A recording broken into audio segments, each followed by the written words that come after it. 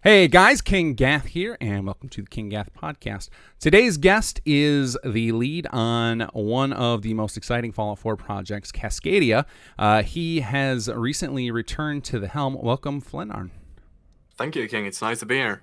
Yeah, so we had a false start there because my internet decided to be terrible. So I that gave me a chance to fix a mistake I had made. Originally, I had said you were the founder, and you corrected me that Alex was actually the founder, and we were going to talk about how exactly Cascadia got started because basically Alex had originally started it, and then you took over. So if you don't mind retelling what you were saying about how you got started on this.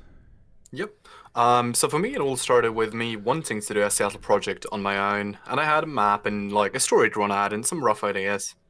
So I went on the subreddits for Fallout and started looking around for lore on Seattle, if there was any canon, whatever there was.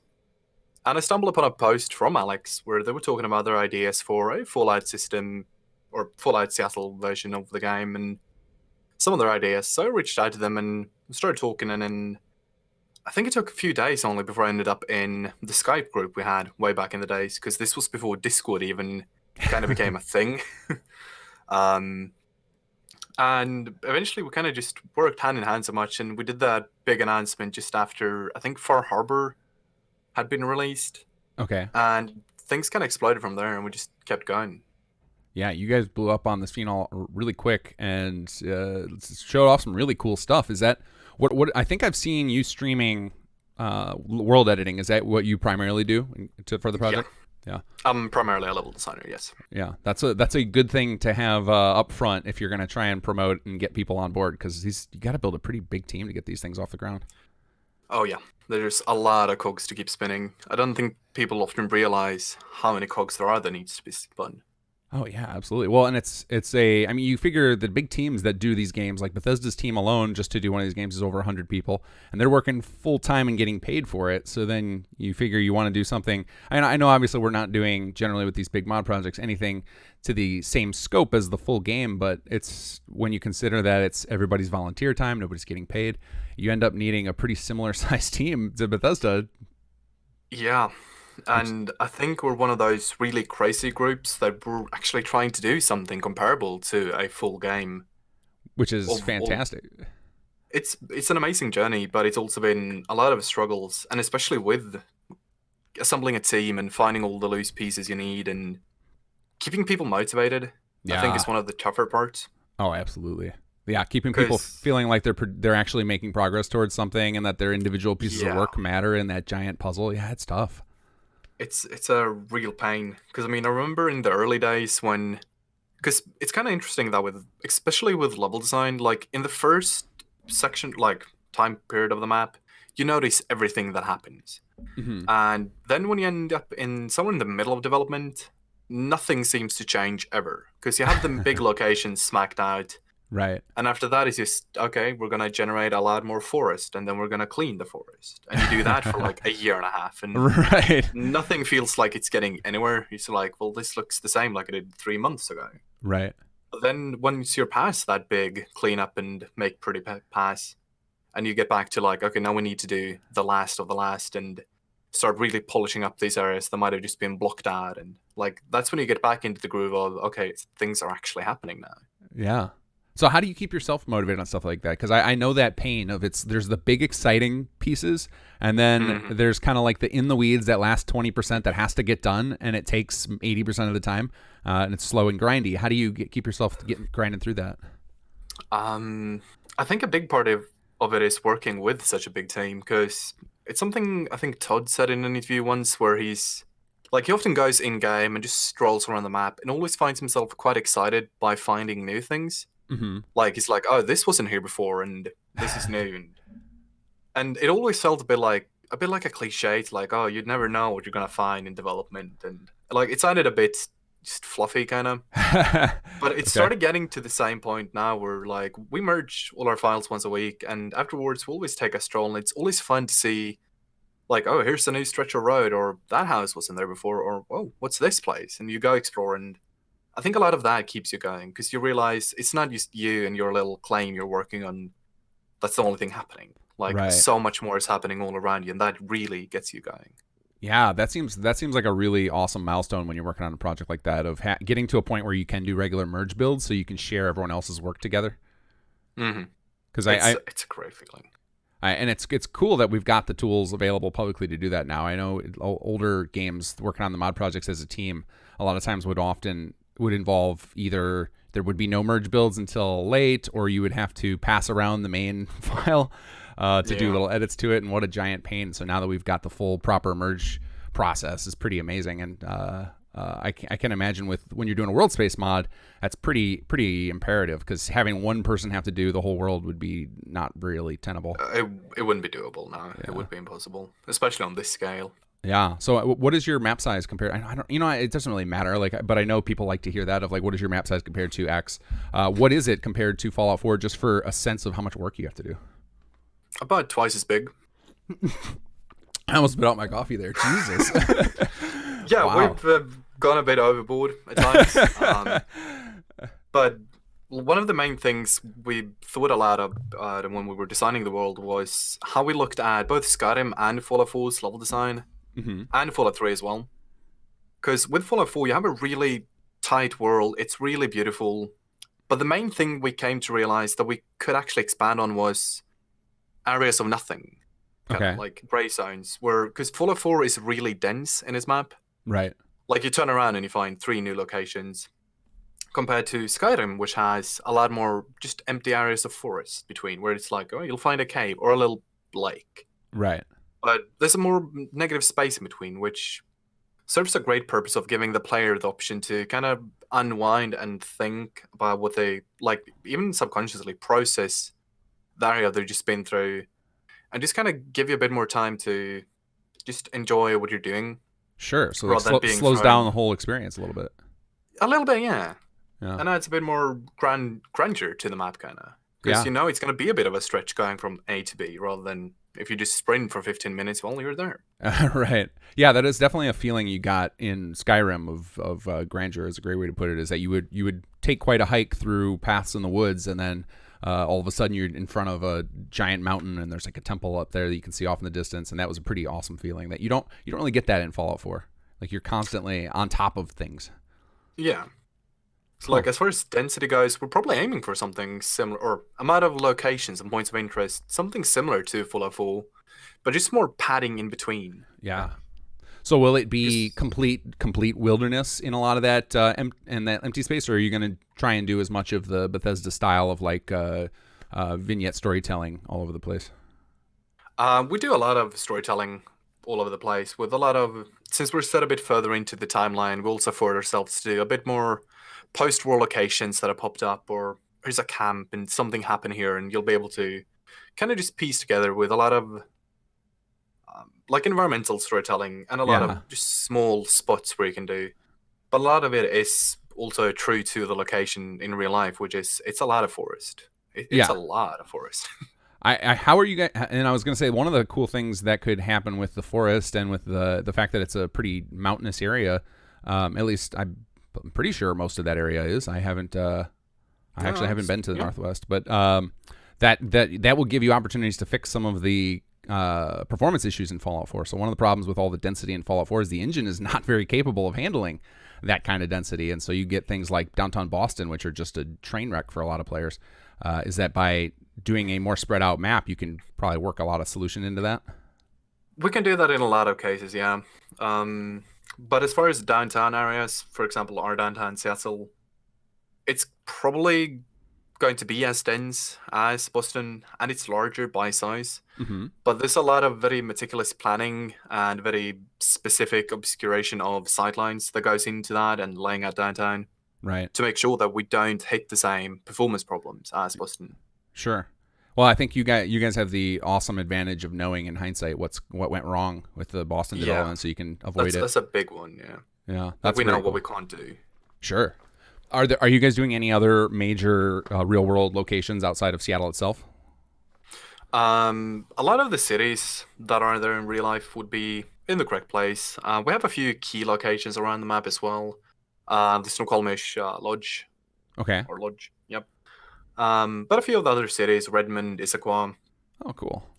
Bellevue, although it's mostly a hole, but Yeah, surprising that Seattle is not a hole in your design there. Is it gonna have? Are you trying to capture as much of the feel of the whatever Seattle would have been in that timeline from the? Actually, I don't even know how much. How big Seattle was. Like, I know Seattle is pretty booming place right now, but where was it at in the 50s in the timeline divergence? I really don't no idea. It was quite sizable back then as well, Okay, honestly. So we've kind of kept going with the idea of that area became a bit of a tech center, especially Bellevue, since in real life we have a lot of tech companies centered around there. We have Microsoft, we have Valve, a lot of the big ones. sure. And with Seattle, it's been a lot more of the Boeing. Like that's what they've been really booming the city for a long time in real life, Okay, with a lot of flights, and it's been a big port city as well. okay, So we've been just letting it kind of grow alongside that as it would have in real life. sure.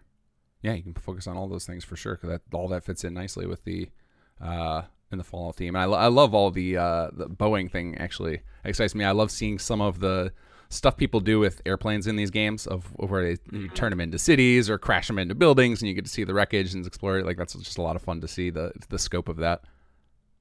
It's always a lot of fun messing with airplanes, yeah. uh, so, so what drew you to Seattle in particular? Obviously, it's from the sound you are and your time zone. You are not originally from the U.S. So, what drew you to Seattle in particular? Uh, I think it all started with just the Space Needle itself. It just looked kind of cool. So I started looking in more into the city itself, and it has a really interesting backstory with how the city burned at one point, and like they have the tech center of Bellevue just across the river, and like underground Seattle, and a lot of the history is really both quite interesting and odd at the same time. Sure. And the more we kept going, the more it felt like a good spot for a Fallout game. Yeah. Because it also offered a quite nice variation to the like natural environments we've seen before with its big mountainous areas and pine trees and whatnot. It almost feels like I mean, from the stuff you guys have put out so far, it almost looks like you guys get to make a hybrid of Skyrim and Fallout 4. A little Visually. bit, yeah. Yeah. It's kind of nice doing that. Yeah, it's kind of cool. Did you guys take a lot of inspiration from Skyrim Assets and stuff when you were working on? Because you basically had to do all new tree models for this, right? Like most of the Fallout 4 trees don't really fit in that region. Yeah, most of the trees don't work that well, although we do use a lot of the vanilla trees, like the thin little, just dead trees, because they're just dead little thin trees. They work all Right. over. Yeah. But we didn't make a full new suit of pine trees, both dead and alive. We did look at some Skyrim trees for those, and just a lot of mods for Skyrim as well. Yeah. So, Because at one point, oh, go ahead. yep. No, because at one point we were using Bert's trees for Skyrim, his Skyrim floor overhaul, Okay. as placeholders. Sure. But eventually we settled on making full new ones, but we kind of based them on that. Yeah. Well, that's what I was thinking is doing something like this where you're going out so far outside of the scope of the art that's available initially, is that you, in order to get things going, to get things to a point where you can demonstrate what you're trying to do and get people excited about it, you needed something to go. So that's a really cool way to do it, is to take assets from another game, use those as placeholders and get something up and fleshed out a little bit, because you guys had you had a pretty good looking set of spaces in your as early as the teaser, which is pretty old now, isn't it? Yeah, it's got a few years on that, I believe. Yeah. So doing stuff like that, just being able to get yourself up and running a little quicker, is probably pretty important. What did you start with? Like when you're like, all right, we got our general plan. Like how did you get from paper and conversation to something tangible that you could show people? It was pretty much just first establishing the main plots of the story, and then figure out what locations do we really need, alongside with figuring out what settlements do we want, because those are really important getting smacked down in the start, because the settlements not only act as a very big level design focus point, but as far as gameplay goes, they also add a lot of thinking of what's the distance between them, does each settlement offer. Sure. And from there, you kind of start filling in the blanks alongside with the main story of like, okay, do we need a location over in West Seattle? Do we need something up in the mountains? Or a lot of things like that goes back and forth. And Sure. And then at that point, are you also thinking about like, hey, where are the super mutants held up? Where is this faction held up? Stuff like that. oh yeah, Yeah. There's constant a lot of cog spinning. Like at this point, it's kind of nice because we're past a lot of the initial confusion, where Right. like we knew we wanted all these things, but we had no idea where or how or when and why. Yeah. A lot of When that has luckily been ironed out by now, so it's a lot nicer now. It's just grind a lot. yeah, one of the things with that confusion process that I don't know that a lot of people recognize about game design in general is that during that time there's a lot of lost work where you put a bunch of effort into something and it's like, actually that's not going to work. We have to change the story. That can't be there. Oh yeah, I think we went through about 6 full story rewrites before we Oof. settled on.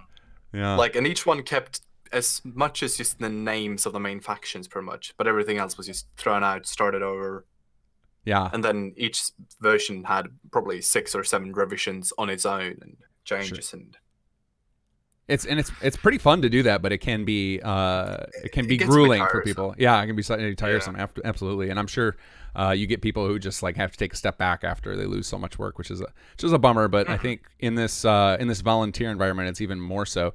And that leads that's a good segue into you actually took a break recently. From Yes. Cascadia. So what happened there? What made you need to take a step back and a breather? Was it just overwhelmed from the scope of the project, or real life stuff get in the way? I'd say a bit of both. Like at the point where I took a break, life had just been a bit up and down as of late. But I had also been pretty much working daily on Cascadia for the great parts of 3 years, That's a lot. and it was pretty much my full-time job during 3 years. And I spent about 12 hours on it at least a day. Wow. And at That's some point, like you just kind of crash. Honestly, like mm-hmm. you just need to take that break. You need to step away. Like things weren't working anymore. Like I just needed to get away from it for a while. Yeah, understandable. I would have had a similar burnout by now because I've been working on some settlements about that long. But I started taking the weekends for myself and my family, and that just made it infinitely easier. Because doing that, charging 8 to 10 hours a day on it is pretty grueling after a while. Eventually, you lose sight of the joy in it. Yeah, and I mean, especially when it's such a big project, because even though I knew like I didn't need to do any work myself and Mm-hmm. things would still keep rolling, like I could skip doing level design for a week, and I often did. But what it all came down to often was that I was the project lead. If Okay. something needed to be figured out or something needed to really happen, it was on my table. Right. And I think that kind of eventually just burned me out for a while there. Sure. Sure. Now, have you found since you've come back? Have you found some solutions for that? Because I think this is something that's probably of interest to anybody else working on these big projects, even if they're not necessarily the project lead, but anybody in like a lead position in a department or anybody thinking about doing these is talking about strategies of how to manage that, of how to make sure you don't burn yourself out, how to share the workload. Like, what have you come up with any new strategies to make sure that doesn't happen to you again?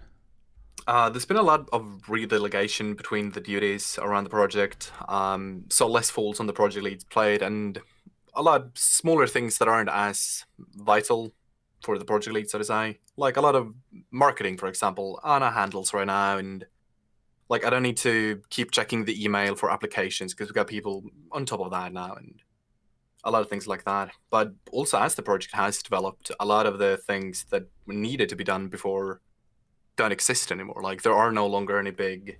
Do we think this is a good ending for the story, or do we think this start works, or can we do this cool quest thing we want to do?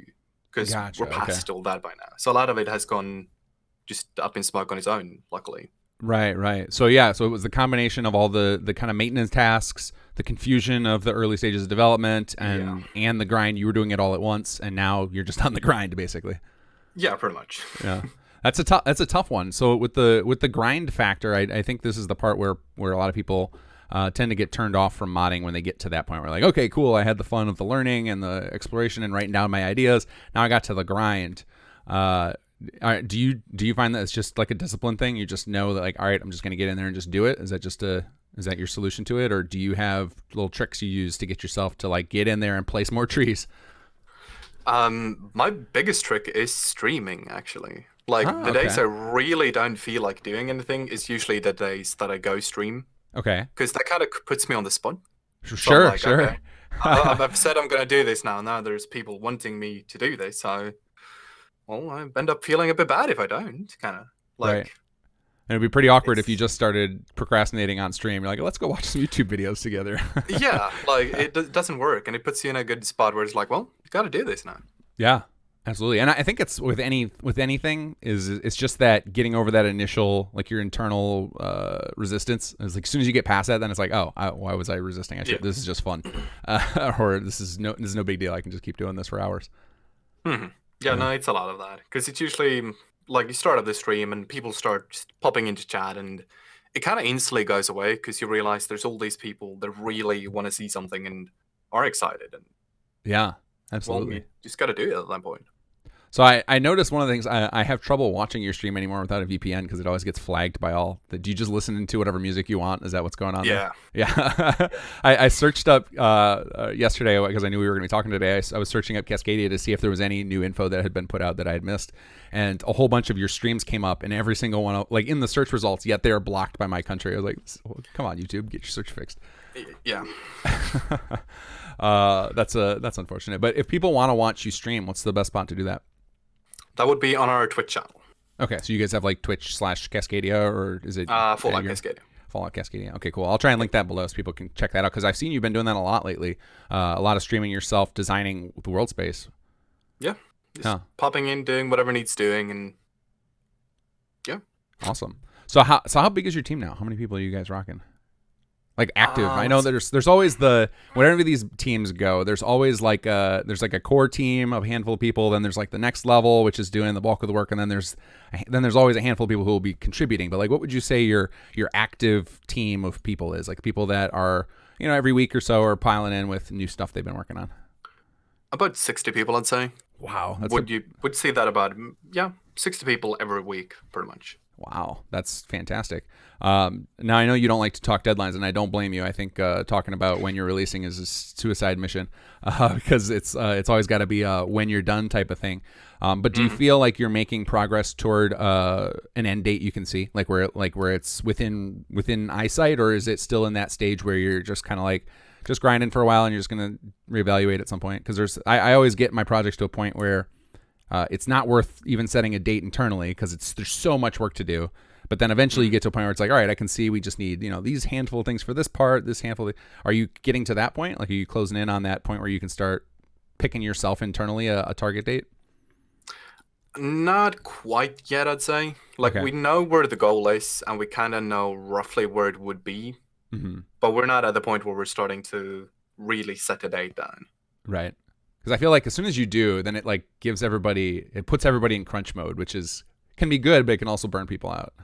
Yeah, which is the big risk. We'd rather just grind in our relatively calm manner, and then when we really, really know that, okay, this is where we want to go, and let's just head there. Yeah, that's when we'll turn on the crunch mode. Sure. So how did you get started in this at all? I know you said you had like the idea for Seattle and everything, but as far as getting started in modding in general, like what put you in that direction? Being really bad at video games. Okay. I played Morrowind and I was so notoriously awful at it. So I grabbed myself the little, what's it called for that one? Was it the construction kit from Morrowind? It's called? Yeah, I think so. That sounds right. I think, yeah. And I made myself a little cheat mod, pretty much. Okay. Like, I was just so bad at the game. And I was quite young at the time, so I didn't understand half the words. And so I just made myself a little overpowered weapon. And from there, it kind of just kept going, I think. Like, at some point, I was building some house in Oblivion, and then I was doing something in Fallout 3, and like just kept learning and learning. And then eventually I just went here where I felt I'm ready to tackle something big. Sure. So do you have stuff released under your name and on some of those other games? Or was it all anymore. Private? Okay. I think I released a few of them, but I think that Nexus account is long gone. Sure. Yeah, I went through a similar trajectory. I did a lot of stuff on another username on various games. Nothing I'm particularly proud of, so now I just let that name die. And finally decided with Fallout 4 it was time to take it seriously. I was like, all right, I got the skills to do this now. Let's attack it. But it's interesting what a long road that can be, where you're just like slowly building up this little skill set. It sounds like you probably have a lot that carried forward because you got to a lot of the stuff that's in those engines has continued like to be the same way. Or very Yeah, it's been close. extremely useful working in the same engine for so long by now. Like it's been plus 10 years I've been working in this engine now, and you really start to know the ins and outs of it, Yeah. and you really start to learn the dumb little things like, no, you can't do that because it'll just crash on you. It's always like Right, that. Just right. don't. That's my life with the objective screen. I just like think that thing is the plague Mm. because it crashes so often. Yeah, the learning the crashes of the CK, it feels that always feels terrible to me. That we have to learn that stuff. I really wish they would stabilize their work software, but what can you do? What can you do? Yeah. So when you're trying to get into something like this, like what do you advise people to do? So I know there are tons of people I feel like come at and announce these mega projects. Mhm. And I think most of them end up dead in the water within 10 minutes. Like it's just like Yeah. how do you think that you were able to determine that you were ready to actually do this? Like what was it that changed in your mind and that you identified that you're like, okay, I think I'm actually ready for this. As far as Cascadia, I don't think we were ready at Okay. all. Like I think we went too fast. Mhm. Honestly, like had I been able to go back, I probably wouldn't have announced at the point we did. Okay. But at the same time, releasing at the point where we did was a stroke of genius because Far Harbor had just been released. There were no more news of any other DLC coming at that point. We knew there was going to be more, but we had no idea when or what they were going to be. Right. So we just pushed out a few pictures of like, yeah, here's Fallout Cascadia. We're going to do a big cool thing. And like before we knew it, we had about 1,000 emails sitting with people asking to do like, can we do an interview or do you have an early build of the game? And we were on IGN and we're like, no, no, no, no. What? Oh no. uh, So I don't think we were prepared for what we were getting. But at the same time, had we not announced when we did, I don't think we would have had that same push of fantastic people we got there in the beginning that sure. really been helping us drive all along. Yeah, I think Far Harbor was probably the most exciting DLC. So it had people at the pinnacle of hype for Fallout 4 after it's like the first pinnacle after its release. And Hmm. we haven't seen it since. That's for sure. Maybe I think the Miami trailer probably generated a similar level of hype in the Fallout community, but or maybe 76. But then 76 ended up disappointing a lot of folks, so had the opposite Yeah. effect. But there's yeah, that's interesting. Like to make that call whether you would do it correctly or not, do it that way or not again. So you feel like in hindsight you weren't actually ready, but you pulled the trigger anyway. So what was it that made you pull the trigger? Why were you suddenly like I think I'm ready for this? I think it was out of. I don't think it ever came to that we felt we were ready. I think it came to the point where we needed to be ready, Okay, rather.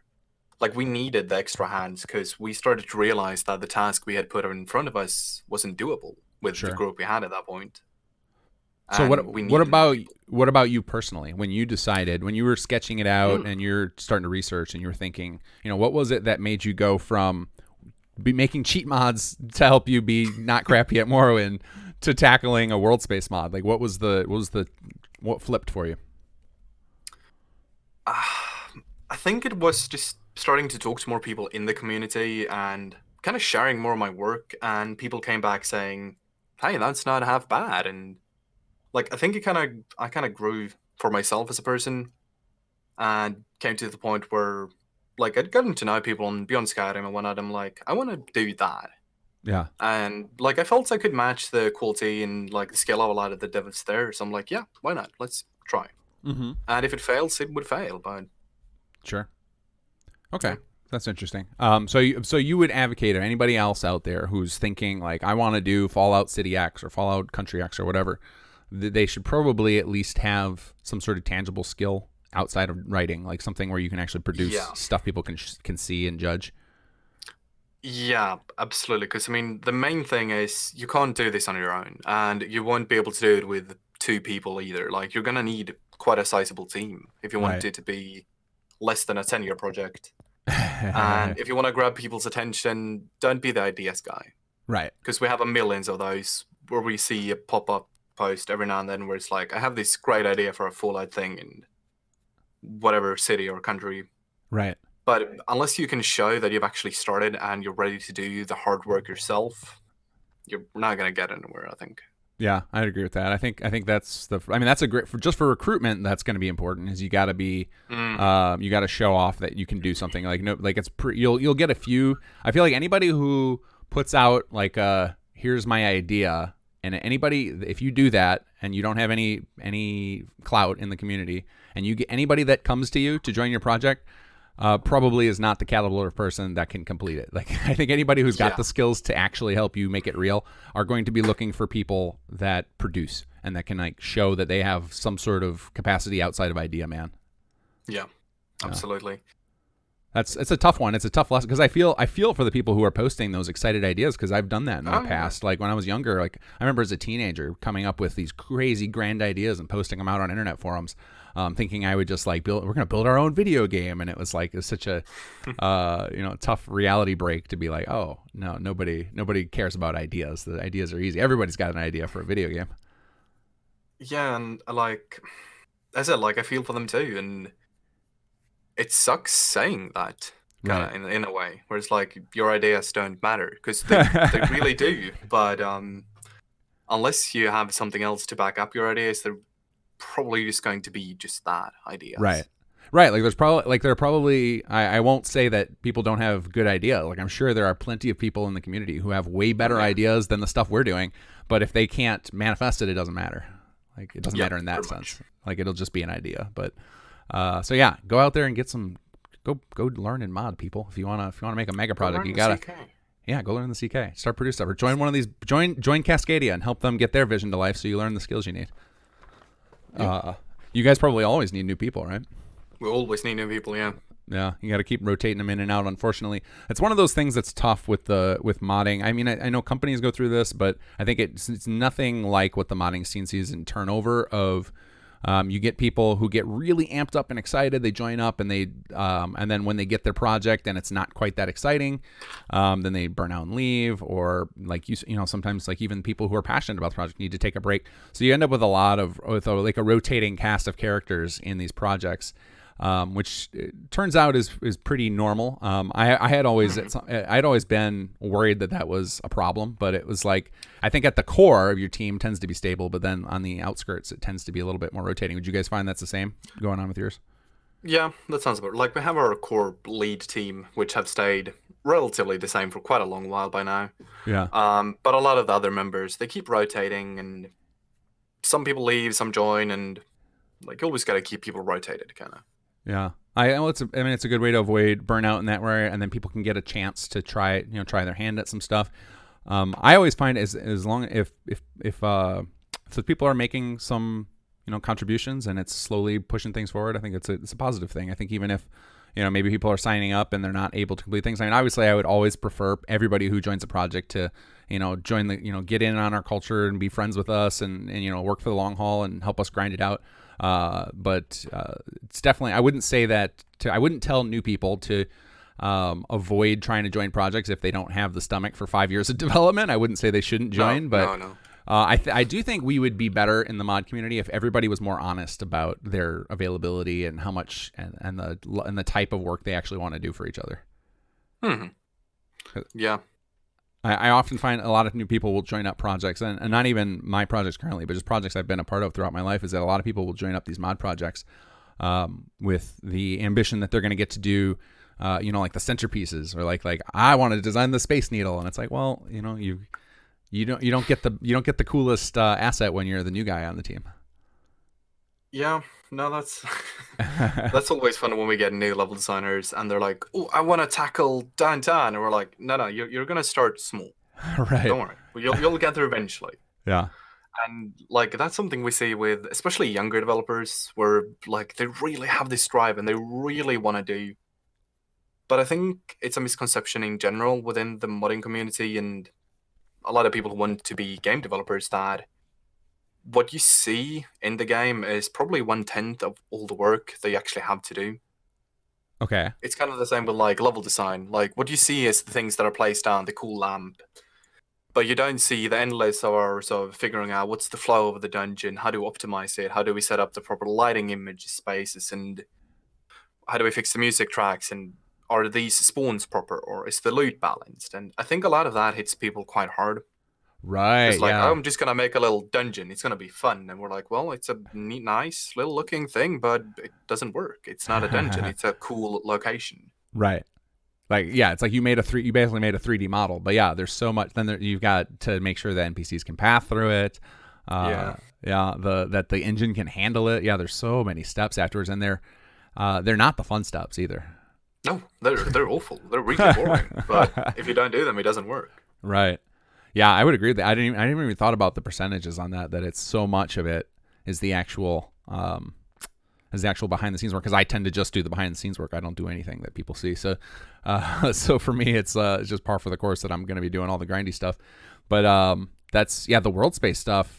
There's so much to it. Like I'd barely ever even get involved with that, because we just like to work within the existing world with the stuff we're doing.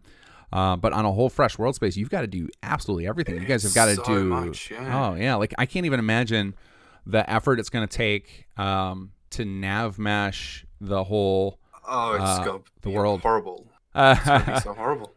I mean, there's so many massive things or things that feel so small and trivial that just explode in size. Yeah. Like me and our lead 3D artist, Sabretooth, we sat down and spent about 3 days just tweaking trees Oy. to get them just right and optimized, and the LODs looking just as we want them. And like, it's just trees. It doesn't feel like it should be 3 days of tweaking. And the end result was we got about an FPS and a half back. But man, like, that adds up and it matters. It does. It does, absolutely. And it's so vital to development, but it just feels... It kind of takes a bit of a piece out of you, just sitting there for 3 days messing with tree trunks and leaves and like, maybe we bend this vertex, or maybe we can remove one. Yeah, but the end. I mean, that's the same thing happens in coding often, as we get stuck in this like programmer's paradox of like how close do we push toward perfection versus how much do we just work on serving the user, because like there's kind of there's a conflicting forces there of like you gotta, and with art you gotta, and I guess with any of it you gotta serve yourself too, if you don't want to demoralize yourself by going too far into the weeds. Yeah. Oy. No, I mean, especially with a lot of the things we're dealing with, especially on, for example, with the trees, like what it feels like, because we often look at like the Far Harbor trees, for example, for inspiration of like what should the polykines be, and trying trikines and such for good optimization. And then we realize we have about 100,000 more of these trees around, constantly rendered in LOD. So we gotta go even further and just figure out so many new things, and like, how do we fix this? And so much to explore and do. Absolutely, and it feels often. Well, I guess it can often feel, like you said, it's just grindy, and you can burn yourself out on it. But I think sometimes I actually find it a little bit therapeutic to do some of that stuff, where just like take a break from the wide swaths of things and slow down and focus on something a little smaller like that. Do you find the same? At times, yeah, absolutely. At times it's nice to sit down and like go through all the assets and like fix the file paths and just do cleaning, trivial, small stuff. Right. Because feeling a bit fed up. Well, at the end, that's not going to be trivial small stuff. That's going to be pretty important to get a release out. Yeah. Yeah. No, yeah, absolutely. I don't know, it's tricky. It's so many more cogs than you ever expected, I think. Yeah. And some of them, I find, I don't know if you guys struggle with this. I struggle with this all the time of sometimes I feel bad about delegating some of those tasks. I'm like, this is such crap work. I don't want to ask anybody to do it. Like, I just want to take it on. Yeah.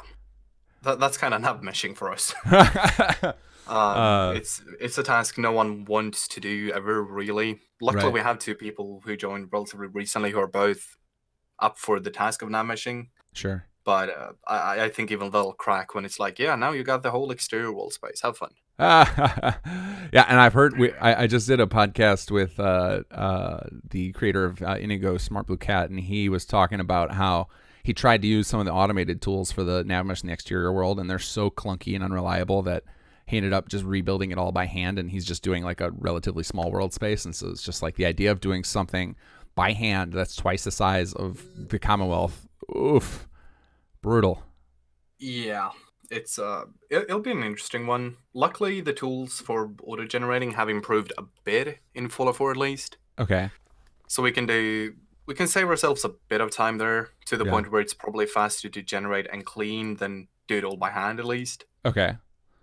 Well, that's good because doing that all with- like just doing a dungeon by hand is painful. So doing it, yeah. doing it a whole world space, and then like the other thing with the world space is that with the dungeons, it tends to be that there's a lot more clean pathing. It tends to be you designed it for combat and exploration, so it has very clear paths through it. Whereas in the overworld, you're just gonna have like just all sorts of different paths, but a lot of clutter in the middle. So it's you end up having to do smaller chunks, all of like navigating around trees and stuff. It seems like it would just be a lot more tiny work, a lot more little detail work you got to worry about in the overworld. Yeah, it's a lot of things like that, and like, oh, here's a bit of a cliff. Should we let the player be able to path down it, or NPCs, I should say, Right. or should it be possible to, or shouldn't it be possible? And here's a tree, or here's a shrub. Do we want the player or NPCs to be able to path through this? And it's just so many small things. Yeah, then the one that really got me that I never had even thought about because it's not as important in the interior spaces is you have to do special things to like make the NPCs use certain things as cover or to make them, like you said, drop down. Is that all of those you have to think about every one of those little spots? None of it is automatic. Yep. It's it'll be a fun time with that. A fun task, yeah. So what do you guys do right now as far as when you're testing out stuff like that? Like when you're trying to test out any of your narrative that happens in the open world, do you guys just nav mess small chunks to get it up and running, or you're not even at that stage? We've done a bit of nav meshing here and there we usually just do roads and any fast, easy areas. Okay. To be able to test things out. We did that a few weeks ago for a quest. So we just nav meshed the main roads and just set up the paths to be on those for now. Sure. So you can at least make sure that everything functions and makes sense and flows nicely. Yeah.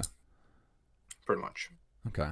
That's there's so many steps to this. This is one of the reasons that I've avoided the world space thing because it seems like such a nightmare.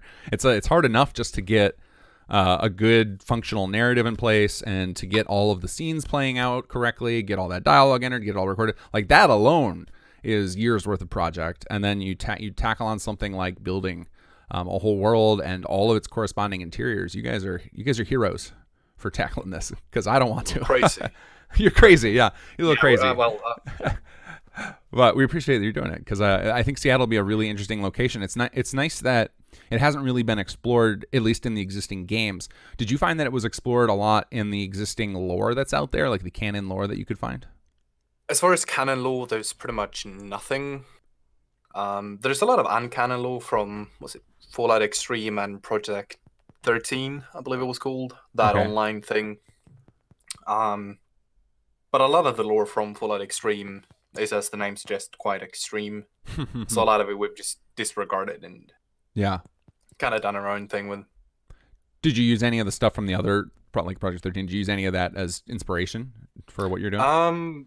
A bit for a lot of locations. We've kind of looked at what they had going and at points tried to kind of either honor what they had thought for the game and kind of help ourselves get at least somewhat of an idea of what it could be. Right. Interesting. So there's so you basically had an empty palette to work with, or an empty canvas to work with. Then you can just kind of create whatever you want. Yeah, pretty much, which has been both really nice and at times quite tricky, I'd say. Yeah. It's tough to deal with that stuff because there's a lot of passionate people who get into these franchises and are like obsessed over the canon about like what can happen, what can't happen. Which I know a lot of people have given crap to Bethesda already for the changes they've made from Obsidian, and they own the IP. So it's like so then as a mod developer, you're going to be under, I'd imagine, even on one hand you'll be under tighter scrutiny, but on another hand people are just going to be so amped to have a new, basically the equivalent of a Fallout New Vegas for Fallout 4 that they're going to let you get a pass on a lot of it. Yeah, and we've been really, really careful with existing lore. Mm-hmm. So we try to make as few mentions of things that we don't know are 100% confirmed. Sure. So with, for example, the NCR being in the region, we kind of hint towards that they won the Battle of the Dam against the Legion, but we'd never ever stated, I believe. Okay. So we just kind of say-ish that probably what happened. At least that's how the NCR talk of it. Right. But we don't want to go in and say, no, this is what happened, because we know it'll just make so many people very upset if we go and say, no, this is how Fallout New Vegas ended. Yeah. Right. Because then any of those, I mean, that's probably one of the reasons that I would imagine that Bethesda tries to choose a whole new region each time, is they want to preserve each person's feel of that like their story was the version that actually played out for that Fallout game, which is a good strategy for these open world games. Yeah, it works nice in a lot of times. Because so I don't know that we'll in that regard it's kind of like we'll never really get true sequels, which is probably a good thing, because I know when you look at a lot of other RPG franchises that go the sequel route, they end up being forced to choose some ending and pursue that. So then everybody who didn't go that route is kind of left out in the dark. Like I know with Dragon Age, they tried to resolve that by having your save come in, but I know they don't acknowledge absolutely everything. And so like the Bethesda's strategy is a good one to get around that. Mm-hmm. Yeah, no, it works quite well for them, and it has a lot of merit, but it kind of similar to Fallout 3 and Fallout 4, with it not being a direct sequel in any way. I think that sort of tie-in is the best solution, where you can still kind of say what happened in the Capital Wasteland with, we know the Brotherhood won over the Enclave, and right, Project Purity is up and running, but we don't, like, that's just the only thing we really, really know. Right. With everything else, the Lone Wanderer dead could have been whichever option, really. Yeah. Well, you pick the main plot of right. This kind of happened. The rest, who knows? Right. So they were able to take like Maxon and bring him forward, but now with Fallout 4, they're not going to be able to do that at all. They're going to have to choose some sort. They either have to choose some canon ending, or they're going to have to just not acknowledge anything that happens if they do another game in the Northeast region. Yeah. I think, no, that's probably about what will happen. I think not acknowledging it would be the better of the option. Although with Bethesda's storytelling, they always try and kind of push you towards... Like with them, it's not as morally grey as New Vegas, for example. Sure. With Fallout 3, it was very clear that the Enclave were portrayed as the bad guys. Like, they were trying to kill everyone, for God's sake. Like, that was their big master plan. Kind of same with the Institute. Like, their big plan was to wait up until everything up top died and then do something. Right. Which I was kind of bummed about that. I actually thought I thought that was one of the bigger shortcomings of Fallout 4 is that they didn't make the Institute a little more gray. I thought that they try to ham-fist make them a villain, and I was like, they don't really seem that villainous. I guess they're a little, but they're not up there murdering people. Yeah. No, and I think that's one of the bigger shortcomings of Fallout 4, definitely. But yeah, no, it'll be interesting to see what the next official game does, if it stays within the same sort of region. Yeah. I imagine that they stay in that region just because they know it, because their company's there. So then unlikely a lot of people who live there have just, they know the area, they know what cities would be interesting and to pursue, and there's a lot of history there. So there's a lot of timelessness over on that part of the country where these things would have been the same even on a divergent timeline, which is pretty cool and makes for some nice pieces.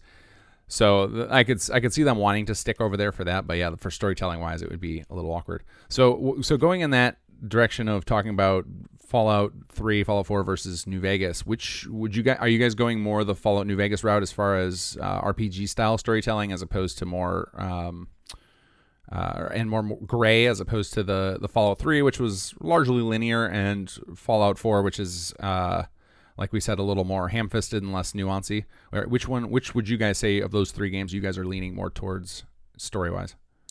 Fallout New Vegas, for sure. We really try to make all the factions seem equally bad, so to say. Okay. Like, they all have their shortcomings that they make quite clear on their own. Yeah. And we really try to push a tricky questioning to the players ahead of times, because the player will be well aware of the issues with all the factions, but also what's good with them and what they offer the wasteland that they're in. So it'll kind of force the player to be, no matter what, someone's gonna get screwed over, kind of. Right. So you still had to make that pick. Right, and you want that because that's what gives. It makes it don't feel want like it matters. Otherwise, you're just you're just a guy floating through a theme park. Yeah, pretty much. Like, we want the player to know that no matter what they decided to do, a lot of people died because of that. That's a good way to put it. So what are you guys doing as far as player choice in throughout the acts? Because that's one of the struggles of doing the big quest narratives or even like large side quests is that if you give the player too many meaningful choices, you end up creating too many forks in the storyline you've got to account for, and then that magnifies the work by quite a bit. How are you guys keeping that reined in? Without like, it's a tough balance. You got to give the player the feel of agency, but you also don't want to make yourself have to work on this for 15 years. Yeah, no, it's a tricky one to try and dance around and figure out how much freedom do we give the player, and like where do we say it's enough. And a lot of that work has simply come down to essential NPCs, simply. Sure. Where Fallout New Vegas had a very, very, very few of them. I believe two only, Okay. or partially two. With Yes Man being the only one that you never could kill at all, I believe. Okay. Because he was pretty much the only resolution to how you end the story if you killed everyone else. Right. We do use a bit more essential NPCs throughout the story, because otherwise you end up in this hole where either you gotta write 26 more alterations of the story, or you just replace one character who died, Right. or you go with the kind of simple solution that New Vegas took with Yes Man, where it's like, no, he just can't die, and he's Right. gonna do the same no matter what. So instead, we do make use of that a bit more to kind of limit the player's option, both to not let the players screw themselves over, but also to kind of save ourselves a lot of work. Yeah. But eventually, we try to just unflag NPCs as we go through. So, like, once someone has played their key part, you can feel free to blow their heads off if you want. Ah, okay. That's a good way to go. So just clear that essential flag after the fact, and then it's like, all right, if you want to go on a murder spree, Yeah, go nuts. sure, Yeah. go for it. Yeah, but up until they've done what they need to do for the game to function, no, Yeah. don't kill. That seems reasonable, especially because I feel like the only other way to do it would be to make these characters such badasses that you would have struggled to kill them in combat, or to where there was some sort of, like I could see something like if you tried to walk up and blow and shoot Elder Max in Fallout 4, then you're going to get wrecked by all the other Brotherhood. But the problem is in these games is they're kind of power fantasies, so you get to be God. So then there's no amount of like gamified systems you could throw at the player that they wouldn't find a way to get around. Yeah, no, the player would always find a way to sidestep any system we put in place, unless it's a strict barrier, pretty much.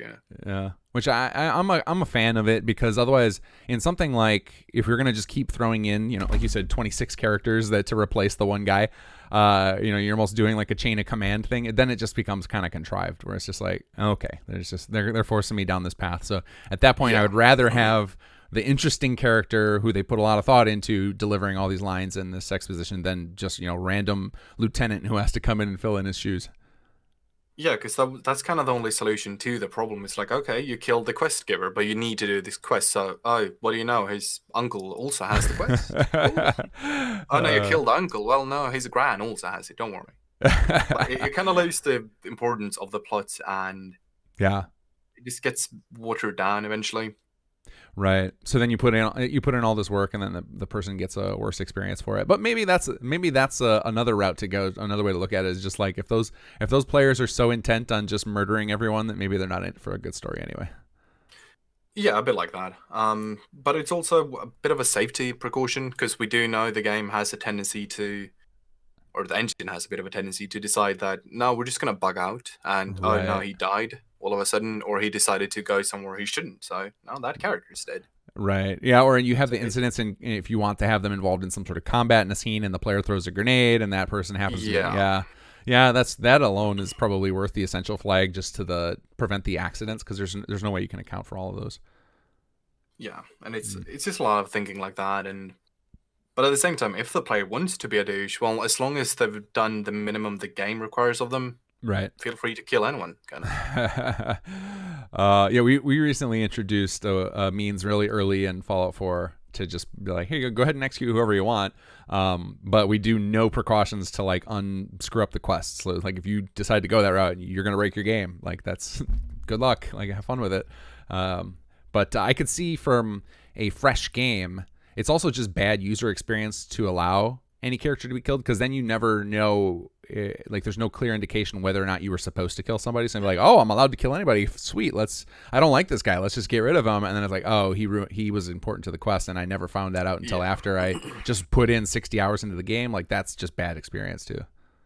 Yeah, that's one of the big things. It's like, and I mean, the same once again with like the accident things. Like, oh well, you say you're hunted by Deathclaw, and you run back to one of the settlements because you need backup, simply. Right. And that Deathclaw decides to rip up this poor lieutenant, and you're like, well, no, you can't progress the game because he's essential needed for a quest later down. Like, Right. And yeah, you would have no idea, no indication of that. Although, and it does kind of spoil a little bit when you see that they're flagged like that. But that's why also I would advocate for just more characters to be flagged essential, because then you can save some of the spoilers of like, why did that character survive that random encounter? I was like, oh, he must be important to the story.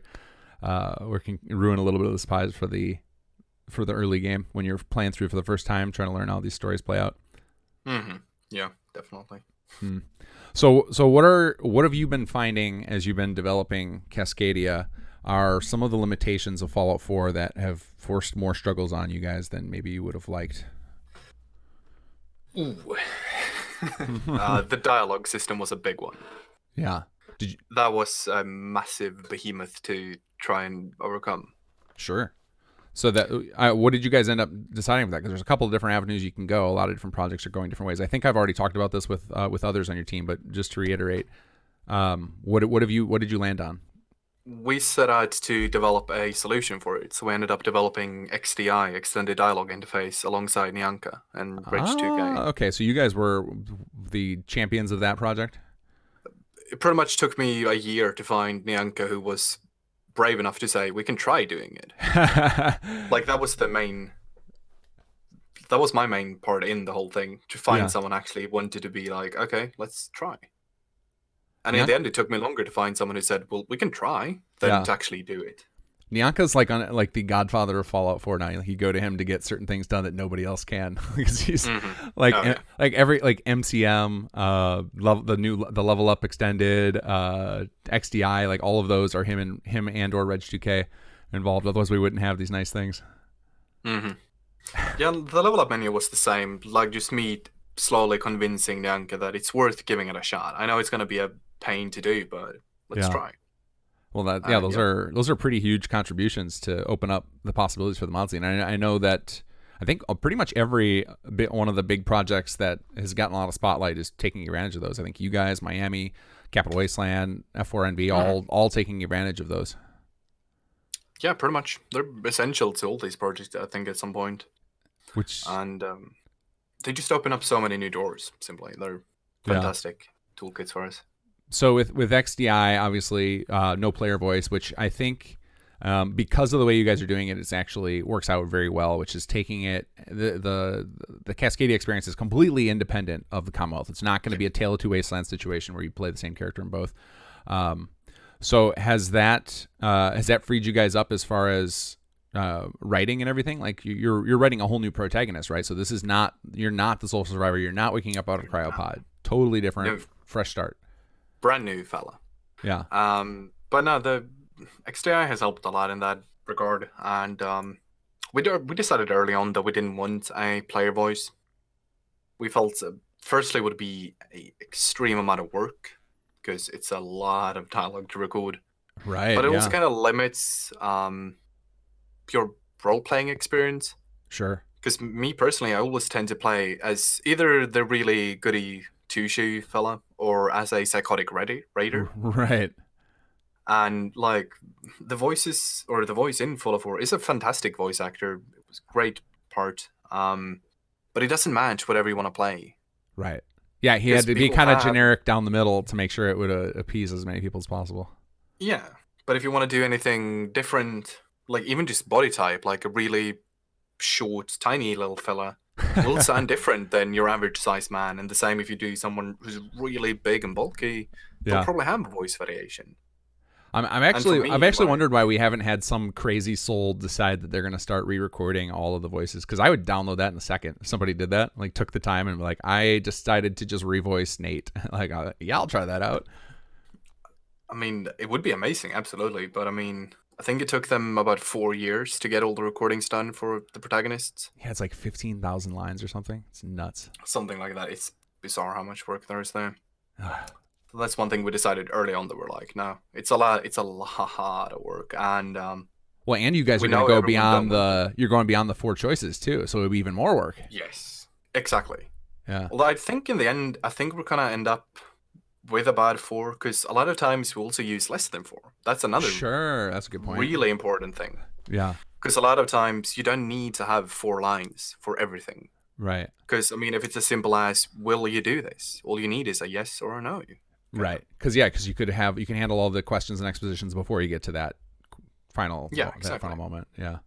Whilst with Fallout 4, we would have had to have yes, no, maybe, sarcastic yes, kind of. Right. Right. We just Yeah. keeps tacking on the word. And a lot of it was, even in Fallout 4, a lot of that was, you could see that their team was struggling and they just put filler in. Yeah, exactly. And I think that's a great thing that we don't have to do that because it does impact the writing and it can have a negative impact on it. It can feel like something sloppy because now the writer was forced to make 2 more choices. Sure, sure. Yeah, we definitely have gone through that with, and it's, I mean, it's really difficult when you're doing it with the player voice where you can't even write fresh lines. So for those of us who are doing that for their mod projects, it's a massive challenge. But yeah, even you could see Bethesda felt it. You would have had to feel it if you didn't break free with XDI. Had you not been able to go the XDI route, do you think you still would have just tried to do it without the player voice, using the vanilla interface system of like just leave a blank line in there or something? Like, what were you guys talking about doing before you got XDI resolved? Nothing really. I think that's one of the things that's always set us a bit apart is that we've never really taken no for an answer a lot of times. Okay. Like we didn't have a backup plan if we couldn't get XDI working. We didn't have much of a backup plan if we couldn't get skills working. We So just when said we're you gonna do this. Sure. So when you start, so at the time when you made the decision and your early planning and stuff, and you started fleshing out your story, you guys just ran ahead writing dialogue with the intention of, we're going to work within as if we have the New Vegas voice system. Pretty much, yeah. Okay. Yeah, that's a good We just way to go. went forward with it. We just didn't take no for an answer. We knew it could be done. It had Right. been in the engine before, so Right. obviously it had to be possible somehow. Sure. We didn't know how or when or why, but just went for it. Yeah, and I mean, a lot of that stuff. Like, there's so much that can be done still in this game that still hasn't been done. I've got just pages in notebooks of ideas for things we could still do with this game. That it's a lot of the part that stops it is just the interface. Is the fact that the flash files that Bethesda did are pretty. It's difficult to inject new stuff in there because you don't have new events coming from the EXE, and then like F4SE solves that, and there are a handful of people out there, fortunately, like Nyanka, who still know how to deal with flash files and can generate the UI needed to pull off some stuff. But this engine is pretty capable. There's a lot more it can do. It is, yeah. I think it gets a lot of slack for no good reason at times, because I think a lot of people also fail to see what the engine actually does as well, compared to what no other engine can do. Right. Well, I think still of the mindset there's no engine that compares to the one we're working with. Right. Well, I think it's people get obsessed with just the graphical. Like, you look at a Bethesda game and it always looks dated compared to everything else on the market. And that's, what I'm really curious about is, like, you look at most of the other studios working on Unreal games and Unity games at the top of the graphic fidelity model. They're basically hitting the cap. They're hitting the ceiling, where it's like each new game is not looking so much better than the previous generation. It's starting to be very small little things. Right. So eventually Bethesda's going to catch up in that department, and then they're going to have all this underhood framework that runs, other things better. So like they've got a more dynamic, like all of their, I'm very impressed with how systemized everything in their game is. Like, I just started playing around with some creative use of the weapon system yesterday, and some of the possibilities of what I can do with that is insane, of just like how dynamic it is, and how everything from the naming to the modules and like all the different ways you can interact with these things, the object templates that are on furniture and creatures, like everything is so systemized in such a way that it makes it very easy to rapidly create complicated things out of like this toolkit they've given us. Mm-hmm. No, it's a fantastic toolkit that we have, and like at times I'm really impressed with the engine. And as far as the graphics goes, I think they're getting ready for some real big steps ahead. We saw with the little sneak peeks we got of Elder Scrolls 6. Yeah, that photogrammetry stuff. Yeah, that's so cool looking. And the same with the 76. Even though it's very underutilized in 76, there is a proper PBR system in place with proper lighting and like the landscape meshes. I think that's one of the more famous little meme quotes, so to say, where it's like 16 times the detail. Right.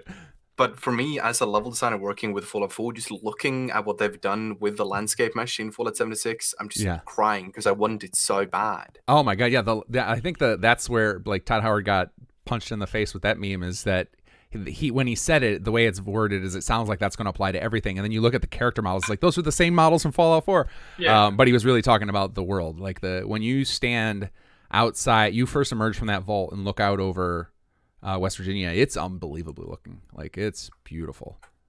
But the characters and weapons and creatures all are pretty lo-fi compared to that. And I think that's part due to the changes in NIFs and rendering for 76, because a lot of it is ported from Fallout 4 this way now. And I think it's a lot of, they weren't used to the system that they're using now in 76 compared to Fallout 4. Because if you look at a lot of, like, I noticed with especially metal discs, you can see how the metal is all black and really weird, because they didn't really know how to put it into the PBR system properly. Okay. But I think the system they have in place in 76 can become so much better if just given the extra bit of time and pre-making assets for it. And that's why I've always wondered why Bethesda doesn't do why they didn't copy the New Vegas model with Fallout 4 immediately, because it seems to me if you look under the hood and you look at all the things that they add, they never have enough time to utilize all the things that their engine designers added in. You can see I can see that clearly in Fallout 4. There's so much stuff that they barely scratch the surface of that now mod authors are digging in and taking advantage of to where we can build a better product than Fallout 4 because the engine designers clearly were way ahead of their creators, and it just takes time for people give you new toys. Then it's going to take a while for your mind to react to how you can really take advantage of that. And I think it's the same thing you see with if you look at when a new console comes out, say when the Xbox One came out, is that the quality of the games at launch versus the ones that come out right before the end of it. It's the same hardware, but the quality is so much different. I think the same thing happens internally on these dev teams when you've got these new engine with all these new toys. It takes a while before the developers really understand what that can do and how far they can push things. And I mean that's something we've noticed on our own. We look at things we did way back when and we're like, this is awful. Throw it out. We don't want to see this ever again. Right. Because I mean, even for us, it's been a lot of we can do this so much better, even though the tools have remained the same very much. Right. Yeah. You learn new things. You're like, oh, I totally misunderstood that this whole time I was building that. Yeah. Oh, this looks like crap. Let's just do it better because now we know this. Or how much of that do you do? How much do you decide? All right, we gotta scrap and redo this because of that, or do you you kind of just take it case by case, whether you know what, that sucks, we could do that better, but it's going to take 100 hours, so let's leave it? What are your processes on that? We did one of those really big throwouts. You mentioned the trailer we put out a while back in 2017. Yeah. About 2 months after that trailer, we scrapped the world space in that trailer. Everything. Ouch. We picked up a few of the buildings and moved them over to a new one and started over because we knew what we could do with everything we'd learned since we started. Just up until then, we could do so much better. And I'm so thankful we did. Yeah. We did get a lot of grumpy devs, understandably, because they saw their work being just thrown out. Yeah. But I think the end product is going to be so much better than had we just kept going with what we had there. Right. Well, that pill is probably a little easier to swallow when they know that you too are throwing out your work. It's like, guys, it's not just you. I put in more hours than you did, and mine's going in the trash too. Yeah, I think that was a big one. Because a lot of people did, because we decided that as a lead group, and a lot of people came to me because they knew I had been there the longest at that point and contributed for most of the map. And I'm like, yeah, I'm on board with it as well. It's not just me saying, no, I don't want to, but the rest of the people who aren't in CK working is actively saying, no, we should start over. Right. Yeah, because it's easy to say from the outside. I've run into this with our writing team. Where I'm just like, we kind of got to rewrite this. And from my perspective, I didn't write any of it. I'm not attached to any of it. I don't understand how long it takes to write things. And so it's always a much, it seems simple from the outside when you're not involved in that thing. But when you're on the inside and you're the creator, it can be pretty devastating. So I think it must have been a lot easier to swallow since you are on board with it as well. And you did most of the creation. Yeah. And with the new map, we also, like I said, we had learned so much. So the second we got the new map, we went in and generated out a lot of it. really fast instead, because we had figured out how the region generator worked inside out at that point, and we could have it spit out nearly complete forest regions for us just instantly, That's amazing. Yeah. So which yeah. saved so much time there. Right. Oh, this is the sort of thing. Let me ask, what are your thoughts on teaching your workflows? So like this is something that I've constantly struggled with, finding a balance in of taking the time to teach the things I've learned to the team and making sure they're documented, versus taking my time to just like barrel forward and just do it myself. Do you find yourself in a struggle, or do you not? Is that not something you concern yourself with at all? No, I like to document everything. We keep a internal wiki of all the workflows we do and everything we've learned and figured out and whatnot, and then we format and put it nice, and then eventually we transition things piece by piece to the public wiki and whatnot. Oh, that's But I've cool. also, So you guys have a public wiki where we could learn some of this stuff. So people who are budding mod authors who are like, I want to know how to generate a world with regions automatically. Is there somewhere people could learn some of that stuff from you guys? it's going to be pushed up on the Creation Kit wiki here in a few weeks, I believe. Oh, I'm cool. getting ready to push it up there, so it's up and running for everyone with example Beautiful. regions and whatnot.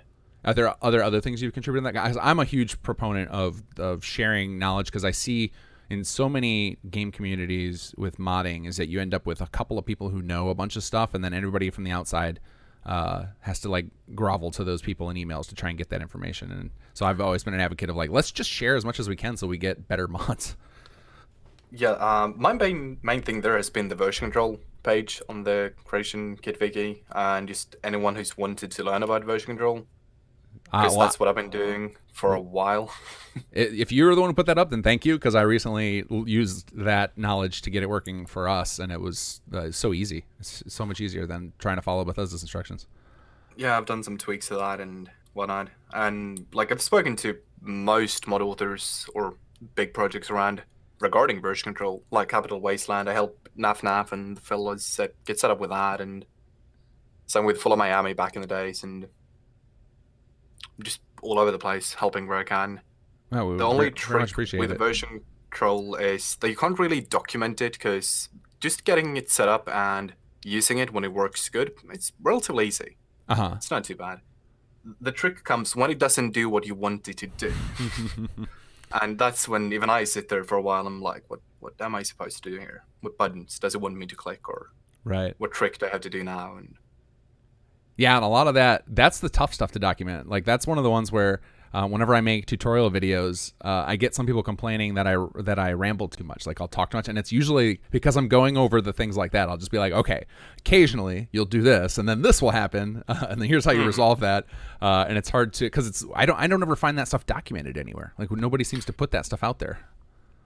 yeah, no, and I mean, it's kind of, for example, with the version control, like if you want to edit a form that resides in the full of 4ESM, well, then all of a sudden you got to open up a bit edit or a hex editor and delocalize the full of 4ESM by swapping some bits, and then you got to boot that up and swap your most master ESMs all around, and it's just this whole circus for such a small little thing. Yeah. And it's a lot of those where it's like these very intricate small processes for very little gain. Right. I think it's those that the community in general lacks documentation on.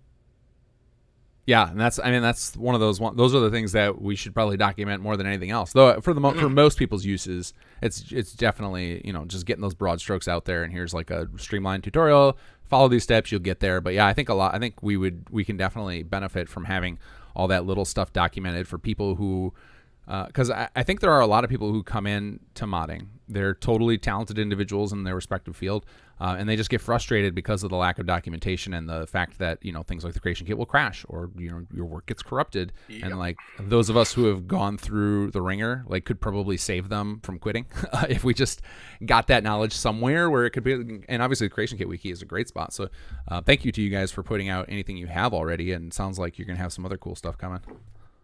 Yeah, no, we try to share everything. I know in the same vein that Vicky, our lead level designer, shared a lot of his opals he set up for the team. Oh, on those the were Nexus fun. recently. Yeah, those were fantastic. That is such a cool system. Yeah, it's a really, a lot of those things we really try to get people to use more. Same Right. with the region generator, because it's a lot of those. I think people often decide that they want to take pride in their work, which they should, but I think at times it gets a bit to the foolish point. What do you mean? Like with the forest generation, for example, like absolutely you could sit there and hand place all the trees and make something extremely beautiful where you spend 3 hours per cell Right. and make, or you spend 2 days setting up a region like a perfect template and then generate it out, and you all of a sudden have like 2,000 cells, which just require 10 minutes of work each to make them Right. look equally good. And then you can go Uh, in when you get down into when you're adding stuff to it, you can clean it up as you need. Yeah, like do Yeah. the small little tweaks. But I think a lot of times people kind of feel that it's a bit cheaty to Right. generate. Same with opals, where it's like it'll just pick something for you and place down. You don't need to think. Yeah. Let's talk opals for a second, just so people who are listening who don't know what we're talking about. Basically, they're object palettes. So you set up like a list of items, and you set up like rotation values and scale values that will randomize, and then you basically just get to like rapid fire click the mouse all over the world, and it'll randomly put things within that are within those criteria. It's amazing. Yeah, pretty much. Yeah. They're a godsend for level designers. So I would argue against anybody who says that stuff like this is cheaty, because what ends up happening is if you don't cheat this way, then you end up cheating even when you're doing it manually because you burn out. So then you'll start out being meticulous and you'll do it by hand and you'll do it really beautiful. And then when you like zoom out and see like, oh, I have 15,000 more cells to go, then you'll just start shortcutting anyway and you'll do a worse job than the computer would. Yeah. Yeah. So I think automation like that is a absolute mandatory just for the way the human mind works. We don't have the capacity to do that detailed work at that scale and stay focused on it. Yeah, and I mean, especially when you're working on such a large project as Cascadia, like our forest is about 4,000 cells of just forest all over the map. That's nuts. So like that's a lot of forest, and like just generating it out takes. I think it took us about 2 days all in all to get it all splashed out and painted in place. Yeah. But it saves so much time, and it really helps boost morale as well, because all of a sudden a big portion of the map looks playable. Right. Right. It's not complete by any sense, but But you could it load gives up you the a really game good and feeling of, wander around, right? yeah, and it gives you a feeling of, okay, this is what it is. This is kind of what the vibe you'll have, and Right. it also gives you the chance of like, okay, what's performance looking like in a forest region? Yeah. Do we need to do something else, or is it good, or is there something we want to change? Right. Because that's also vital with the generation systems, is that you can just delete it all and tweak it fast. If you feel like, no, we have too many of these trees, or I forgot this bush. Right. But if you were going to go through manually, say you added a new type of tree, say you added cherry blossoms, just for the sake of it, Okay. and you want there to be 2 of those per cell. Okay. Either you go through manually and place down 2 of those per cell, and you're going to be there for days, and you're going to miss about 200 cells. No doubt. You're going to Right, miss right. place them down in a lot of cells. Or you just generate it fast. Because Yeah. if you're going to do it by hand, you're going to waste so much time, and you also risk the consistency all across the map. Right. Right. Because all of a sudden, some cells aren't as all the other ones when they should be. Yeah. But No, that with seems. generation, it just fast work. Yeah. No, that seems like no doubt that should be what people are doing. It also sounds like, I mean, that could be just you guys releasing that information might be the dawn of we seeing a lot of just randomly generated world spaces people put out that are maybe largely empty, but could still be fun to go explore in and drop a bunch of enemies in there and shoot around. It could just make for a bunch of interesting experiments for people to do though.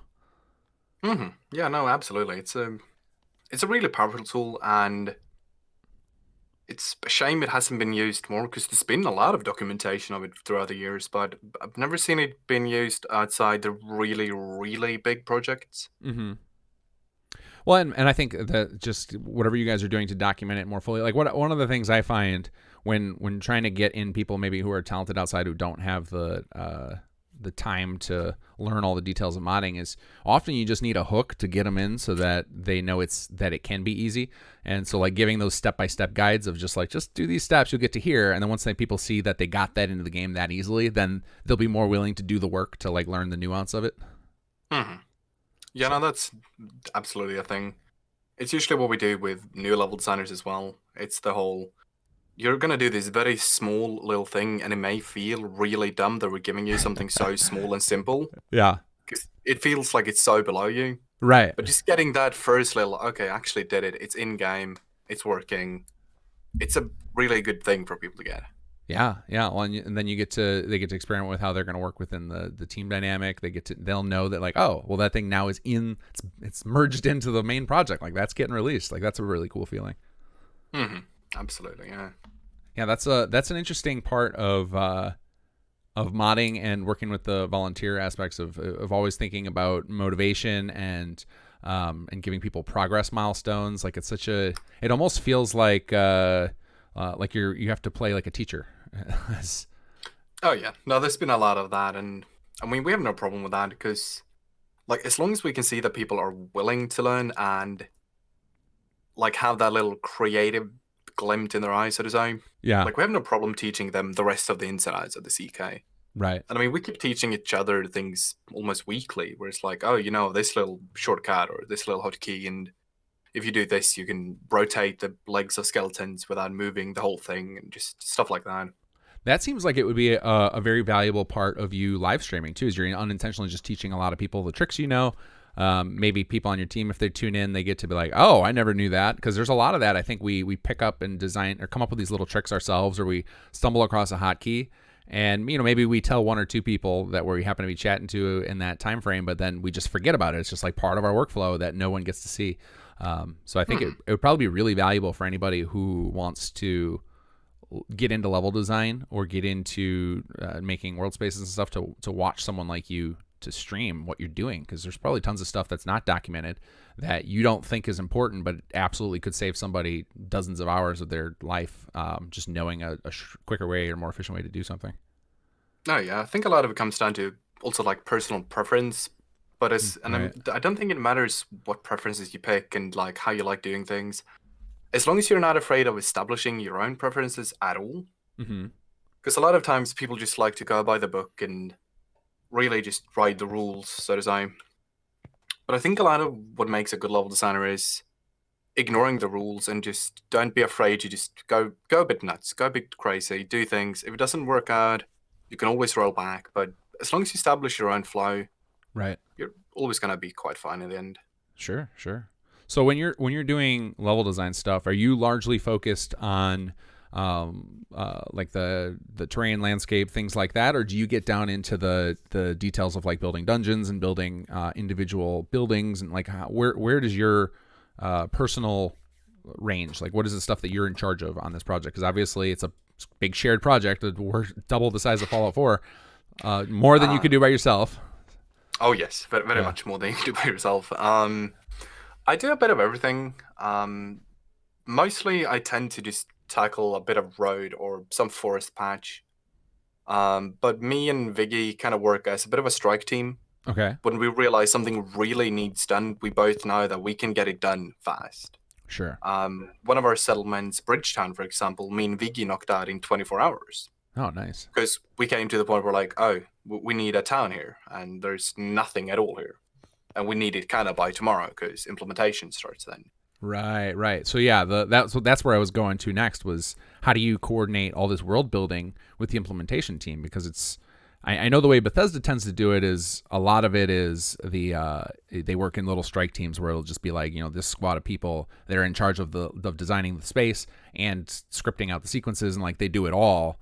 But when you're on these types of projects where we don't really have people getting paid to where you could rely on that, you've got to come up with your own workflow in that regard. So how do you handle making sure that the spaces and stuff are done in time for the implementers and the artists and everything?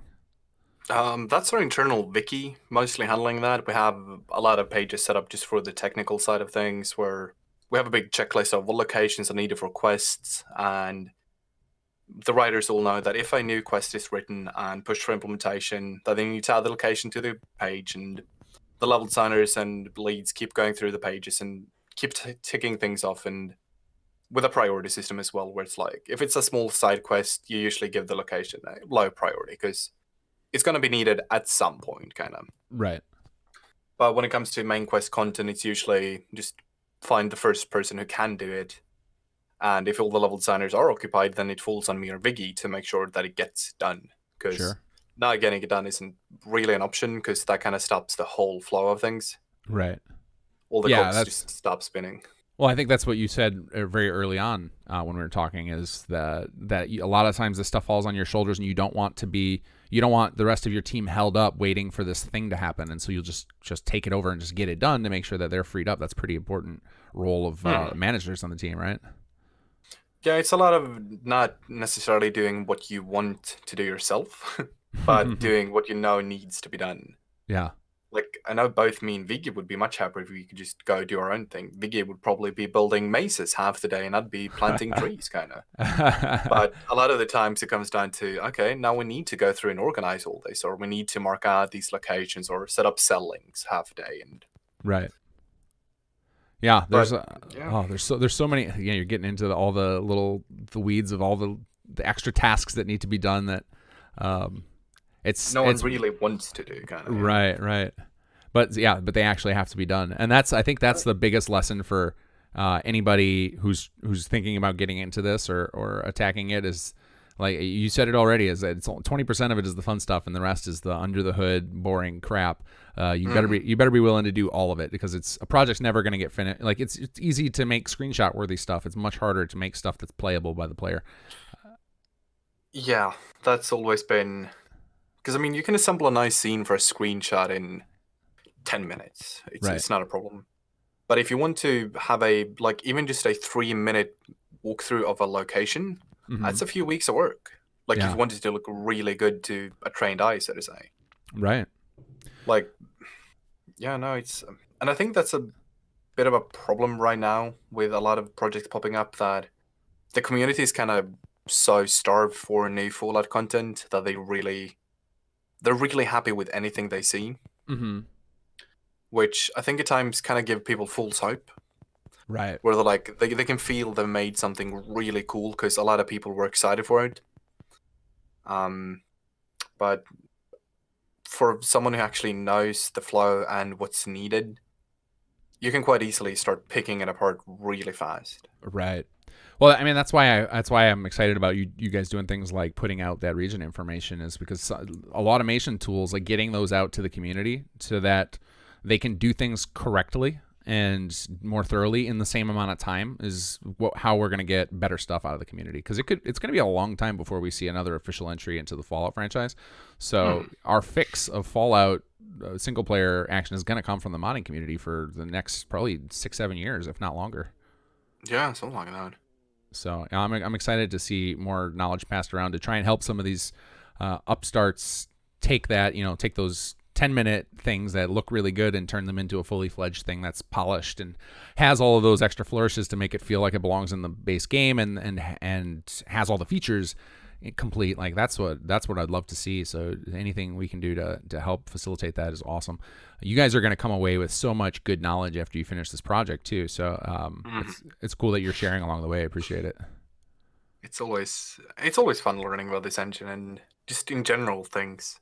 Because I think we'll just keep, like, daily, we just find out something new, or someone has a nice recommendation for, like, you should read this book, or you should watch this lecture, or from GDC, or whatever it comes to. Yeah. Oh, I love watching those GDC videos whenever they put those out. They're so good. Yeah. So inspirational.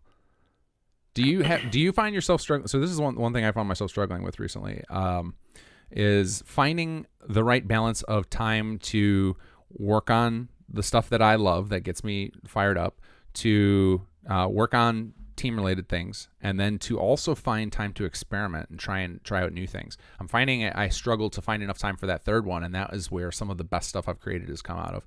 Do you guys make yourselves time for that experimenting? Because like you said, it's fun to experiment with this engine, but there's also a lot of like undiscovered good stuff in there that could probably open up some new doors.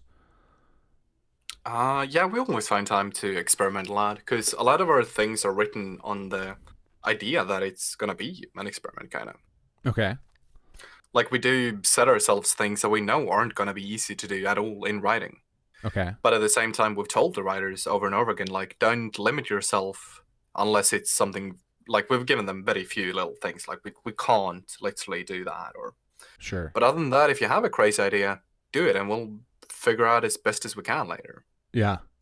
Yeah, that's fun. Well, that's fun when you get to a point where you can do that. You guys have the resources for it. Yeah, and I think that's kind of where we've landed by now in the end. Like, we know so much, and like, the little things that are left to do, we can usually figure out just by sitting down for a little while and just keep digging at it. Yeah. Yeah, I think that's good that you guys have that policy. I think we tend to, on our team, we're much smaller than you guys. Is there are certain things where we're just like, we can't do that. That's a hard no. We don't have the team members to do it, or any leads on how to get that, and we don't want to like have to develop down a road where we're not going to be able, where we're going to just be stuck with this thing, waiting on somebody to swoop down and help us with it. So we've been kind of avoiding things like, for us, one of the big ones is like we avoid doing brand new creatures, and I know you guys have decided to tackle that mess. So like it's like that's a nice benefit, again, like you said, of having released that trailer, generated a bunch of buzz and got a bunch of people on board. So you said there's just a couple of things you tell people that you're not going to do. What kind of stuff have you guys found that you're limited in? Because some of the stuff you guys have tackled is crazy. Like you facilitated XDI, the better level up menu. I know you guys are working on new creatures. So what are some of the things that you guys find are just that's too much, or that's way outside of scope? For us, one of them is vehicles, but that's partly due to design and engine. Mm-hmm. We don't think there's a good way to do it engine-wise, and to the point where it'd be worth it, because the movement speed issues comes into play quite fast. Right, to actually have the level load up in time. Yeah, that's one of the main stoppers there. But it's also a design decision where we're like, we don't want that. Yeah.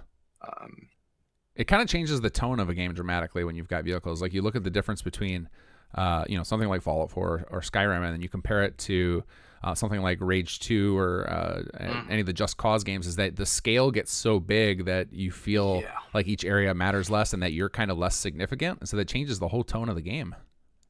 Yeah, that's the big one. Like, the second you give the player a way to move even 5% faster, you kind of want to make your map 5% bigger as well. Sure.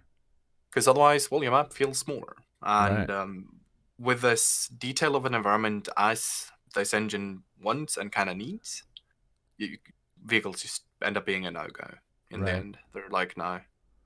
Yeah, I almost prefer the way some mods have done it with, like, because like the move, like there's the drivable cars system that somebody put out for Fallout 4. There's been a lot of things. First of all, they feel wonky. But even if they didn't, it still seems like you would just be whizzing by everything. I'd almost rather just have the implementations you see early on that came out in Fallout 4, like where they are a glorified fast travel system, so that you can feel a little more immersed that way. That I would think I would prefer, which is what they used to do in the Fallout games. Like you had a car in like Fallout 1 and 2, but you would just use it as a fast travel system rather than you weren't driving around running guys over with it. Yeah, no, that's like, I think that's the only way I'd feel okay with it. But even then, that doesn't feel up to par with gameplay for me personally. Sure. I'm like, if I'm gonna add cars, I don't want them to be a fast travel node. Like that feels kind of cheated. Okay. But I mean, mounts are something we are still looking into and considering. What was that? Mounts. Oh, mounts. Okay, like like ride a moose or something. Something like that. Yeah. It's something we're looking at and considering still. Interesting. Yeah, because then you can reduce the speed problem, so it's not quite as flagrant. Yeah.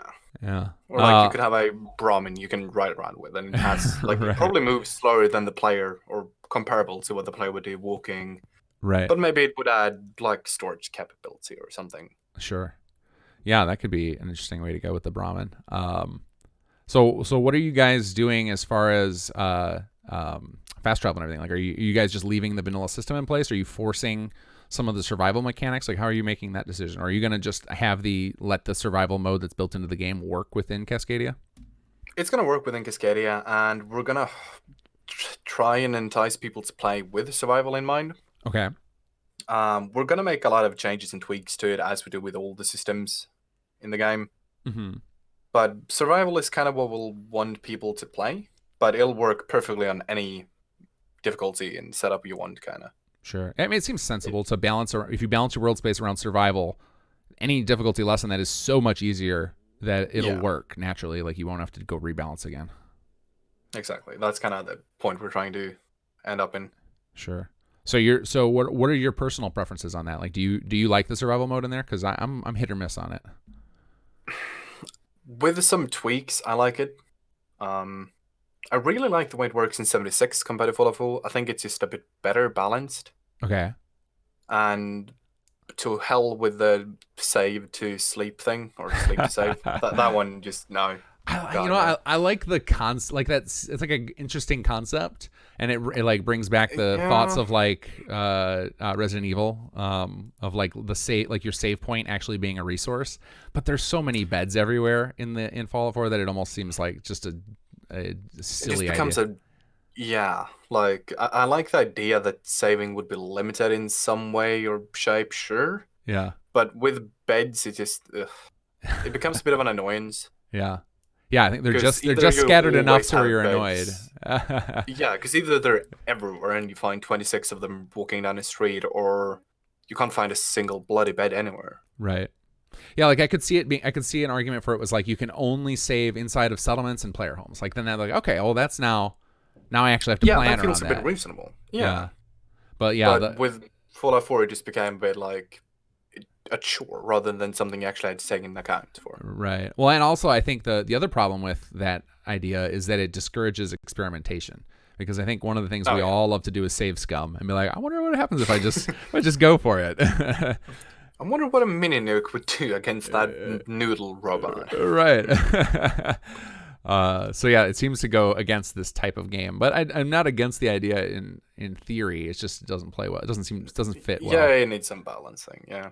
Yeah. What I get driven nuts by with the survival stuff, is I like the idea of you've got to prepare a little bit for your journeys, but I don't like the micromanaging. Like I don't want I would like the idea of if I had to keep fed and I got to have food and water, great, but like just auto eat it. Like I don't want to open up my inventory and have to like gobble things down. Just use it for me. I kind of like the idea of it. Maybe I have to use a certain amount of my pack space to keep resources on that are not helpful for combat. Like maybe that part I can be into, but then I just get annoyed with having to constantly go in my inventory and click on things because it's not even an engaging eating. Even in 76, it's the No. same problem. It's not engaging to go into your Pip-Boy and sort through these mountains of crap and click on things. Like that doesn't feel like you're eating and drinking. It just feels like you're forced to play in a menu system all the time. Yeah. No, I mean, those are the challenges we're always looking at, and like, how can we make this a bit more interesting, or what can we do different with it? And I think Yeah. that's one of the really nice things about doing a total overhaul is that we can do whatever we want, kind of. Yeah, you can experiment with trying to fix some of those issues. Like, we don't have to be bound by, okay, we gotta do this because Fallout 4 has it this way, otherwise a save will break, or Right. Yeah, it's definitely restrictive to do that, to try like that's something we always struggle with is we're trying to make sure our stuff feels like it belongs because we're really integrating with the core game experience. And you guys get to break free of that, which is pretty exciting. Do you have anything in that regard? So I think the inventory is one of those things where we all kind of hate it, in Bethesda games. Like it's just this giant long list of crap. Like, and then everybody tries to make mods to kind of make it better. Like I know Skyrim has only recently got like a really interesting new quick item system, and like new 76 is pretty cool. But still, like even the wheel is limiting. But at the end of the day, you still are forced to go in and deal with the giant list. Is that something you guys are looking at tackling at all, or you're just like that's bigger than us? uh, at times we've done some things to the inventory. So like we've split back notes and whatnot, and like done some rearranging here and there. But we're always looking at things to improve. Yeah. But some tasks just end up feeling better left to others. You know. Yeah.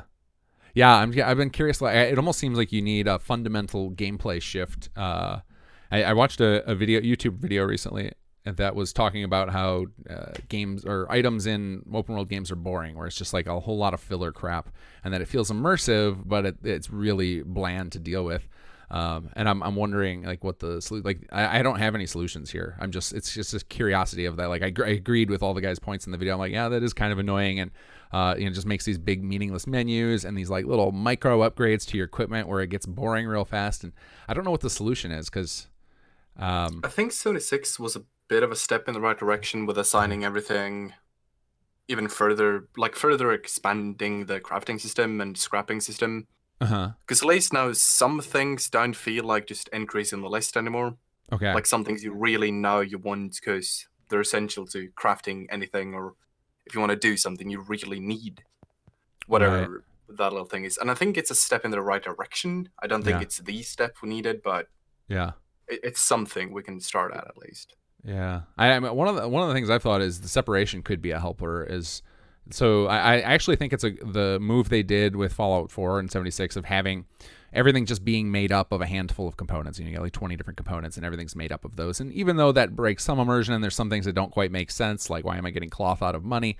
Like I think that's better to have it broken down into a limited number of components.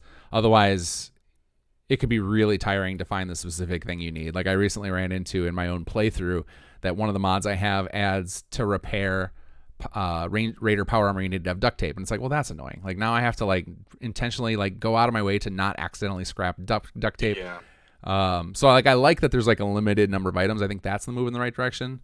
One thing might be maybe all junk gets stored in its own category and it never gets mixed in to the main inventory screen or something like that, where you could do some more separation that's more like extract the system so it doesn't feel like it's part of your inventory. I don't know. Some of it might be just trickery we could do. Yeah, no, there's a lot of that. Just separating up and organizing a bit more to reduce the massive lists. Yeah, to make it less cumbersome to go in there, because then it just feels like you're playing some sort of spreadsheet game instead of an actual like interactive deep RPG.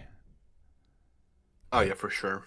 And I think I said like as you said, breaking them down to the very core components, and then maybe having those be in their own menu only, and Yeah. like those small things at least get it a bit better. But there's a lot of things that can or still has to be explored and looked at for that. Yeah. There's That one. it's awesome that there's still room to grow in this genre, in like the single player RPG like thing that Bethesda has really kind of captured us all on. So I think we're definitely not at the end of it. We're gonna soon hit the end. Like graphically, we're gonna get to a kind of a pinnacle. We're gonna start getting into that. What's that valley called? The Uncanny Valley area, where it's gonna be like hard for them to go much beyond that. And then I think we just got to polish up these gameplay systems and make them a little some of them a little less tedious. Or I think most Fallout fans at least agree that the player voice is not necessarily the best way to go. It doesn't seem to be much. So it's kind of a step in the wrong direction that like you guys get to correct, which is cool. What are there any other things you guys saw in Fallout 4 that you really disliked the direction of that you're trying to account for? Not that we really dislike, just things that don't fit with our narrative, kind of. Okay. So, like with the settlement system, for example, we're kind of gutting that, and I know that makes you very sad, probably. But we'll just mod it back in there as soon as you release. Oh, you'll just smack it back in, yeah. No, but like for our narrative, it doesn't make sense that people want to come live in your little dirt factory or whatever you build out there in your little house. Sure. So we've got that down, but there's very few systems otherwise that we felt were really, really bad. Only thing I could think of would be the skill system coming back, because I don't know, it adds another layer of just complexity to your character and just gives you so many more options to specialize your character for whatever you want them to be. And yeah, I like that they were. I like what they were thinking with the perks was the idea of like, let's make things more interesting and not just like a few points of gain. But the problem is so many of the perks are just skills in disguise. Or it's just like... Yeah, a lot of them are just like, here's a 10% raise. Oh, you mean the same I would have gotten from dropping 10 points right. into this. Cool. Yeah, because I see a lot of game developers going through this struggle of... Blizzard is known for it with World of Warcraft, where they'll do these total major overhauls and gutting their talent system with like they claim it's like, oh, well, we're trying to make every choice more interesting, but then it's still, you find a few nuggets in there where it's like, well, that's still just a plus 5% damage at the end of the day. And those, I agree with them that they can be boring. But if I can have if I can have both, I would rather have both than just the one. Yeah. So that's cool that you guys bring back the skill system like that. That is definitely, I definitely missed that when I saw the Fallout 4 system. But again, it's interesting with Fallout 4 how much they experimented, and I don't blame them for doing that. You want to try and shake things up, make sure that you keep things engaging for the way people play games now, because that's another thing is like as gamers is every time we find some new shortcut or new quality of life improvement that a game brings, we then want that in all of our games. So they've got to keep experimenting and trying to keep things fresh. Otherwise, we're going to just constantly be complaining about their games. So But Oh yeah. I love Bethesda titles for how passionate the modding community gets about fixing these things. Like seeing that you guys are just like, we'll just take it in our own hands. We'll bring skills back. It's fantastic. It's so much fun to be a part of. All right, Flen. Well, I appreciate your time on this. I cannot wait to see you guys release some more info on Cascadia. Is there anything you want people to know about, anywhere you want to send them as far as the project? Like, are there any talented people you're looking for in particular departments? Anything you got coming up we should keep an eye out for? We're always on the look of new members, and especially if you're a 2D animator, would love you. But the best place to hear more from us at the team would be at our Discord channel. Okay. I'll link that below. You don't need to tell the whatever funky invite code would be. Oh, we got super simple. Discord.gg/Fallout Cascadia. I didn't even know that was a thing you could do. That's awesome. Discord. Yeah. Okay. Well, we'll link it below because I already forgot it, but that's still really cool. Awesome. Well, thank you again so much for talking with me, and look forward to seeing more from you. Yeah, it's been a pleasure. Cheers. Take care.